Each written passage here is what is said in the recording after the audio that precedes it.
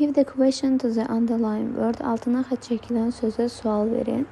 Alexander Bell invented the telephone in 1876. Alexander Bell 1876-cıda telefonu ixtira etdi.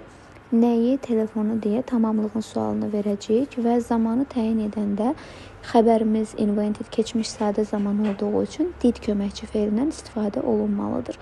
Did köməkçi feilini biz A və D variantında görmüş oluruq. Digər variantlarda isə B variantında köməkçi feili ümumiyyətlə yoxdur. Does indiki zamana aiddir. Was isə to be formasıdır və cümlədə olmadığı üçün biz özümüzdən cümləyə was köməkçi feilini gətirə bilmərik. Digər variantlar arasında düşündükdə A variantında əgər did köməkçi feilinə istifadə etmişiksə, feildəki idi düşməli idi. Yəni ki, keçmiş sadə ard-arda olmaz deyə A variantı yanlışdır.